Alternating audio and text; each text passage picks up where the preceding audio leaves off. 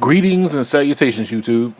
We're back here again doing another nerd report, and we're doing an update to a ongoing saga that I've been following of the inside of the cellular industry, and that is U.S. Cellular. So you've probably seen my videos, and I've done a few, but to get right into it, hit subscribe, tap the like button, and stay for the story. So U.S. Cellular is pinning all of its hopes on the sale to T-Mobile.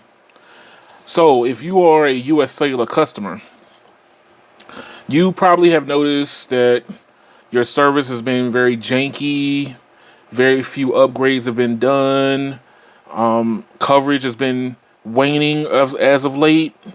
There hasn't really been a lot of improvement on the network itself. It little ebbs and flows that make you kind of go, okay, it's time for me to go. And for the most part, US Cellular customers are leaving.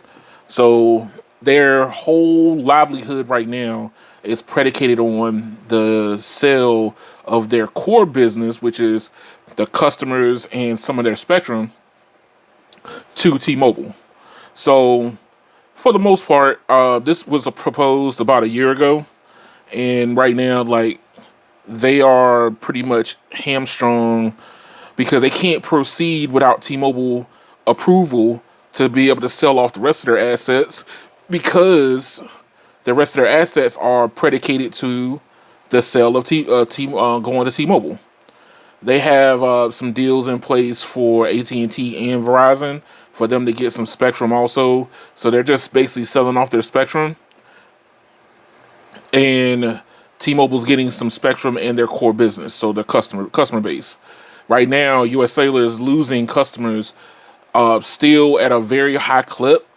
Right now, they've lost about 38,000 postpaid customers. And, you know, the fact that US Cellular has been around for as long as they have, the only claim of fame that they had going for them was the fact that they were where a lot of their competition wasn't. And now the cellular industry in the United States is basically get to where the people are at, and going after them profusely. I mean, we're getting satellite from space, direct to satellite from space offerings. US Cellular can't compete against that. We're talking about better deals on phones. Can't compete against that. You don't have enough customers to be able to be able to compete against an offerings. You know, let's say you go to AT&T and you own a US Cellular account. They say, hey, we can do 4 phones at $300, but AT&T says 4 phones, brand new phones, for $150.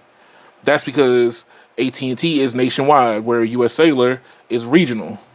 But a lot of this comes back around to their size has a lack of scale.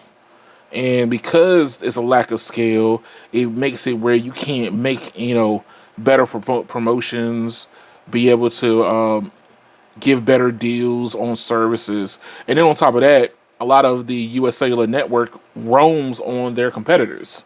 So people don't just go from one town to another now, they travel further.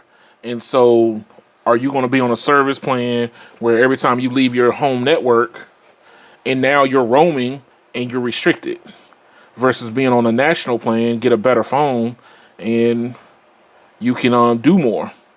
But like right now, US Cellular had moved to less populated areas in the past. So they've been around for a while. And because they've been around for a while, they built up a nice portfolio for their cellular towers. So the long and short of it is they're trying to offload their customers and their customer base, but they're going to keep their cell towers because they've already heavily invested in those areas. Right now, the best move for them to do is to offload the customer base, because their cell towers are making money for them. That's currently what's going on with them right now. So U.S. Cellular's plan to sell is basically so they can make the money off of the cell towers, which they're gonna have a long time partner with T-Mobile, but co-locating with AT&T and Verizon is gonna be another business venture for them. Plus, there's a little caveat at the end of this article that I didn't know. Um, the longer this goes on, the less money U.S. Cellular gets for this transaction. For the looks of it, they started out with 4.4 billion, but if this takes any longer, this can go down to 4.3 billion and probably a little bit less due to the fact that regulatory approval is needed. Part of the problem with the regulatory part is every single time you want to do a sale or something, everybody runs out and goes and says, hey, this is going to cause jobs to go away. And I would love to talk to these people if I could and ask them, so you rather just the whole company to go away and then all the people lose their jobs, or some of the people lose their jobs? You know, it's kind of one of those weird things where some people don't realize that their argument is not conducive for today's society. So that's just one of the things I would love to talk to somebody about. All or nothing, you know, is not the approach that you want to take here. You dissolve a company to the point that they got to start selling off parts, and then everybody who's worked for the company loses their job. That seems kind of stupid.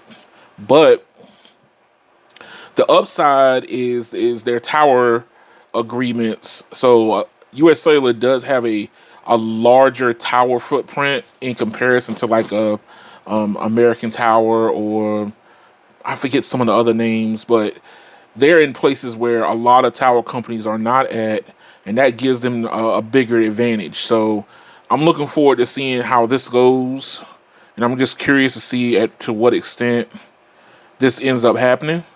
But thank y'all for watching. Like, share, and subscribe to the channel, and let me know what you think and what's your opinion on this, because it's gonna come back around to being competitive, and it's gonna give T-Mobile a bigger competitive advantage.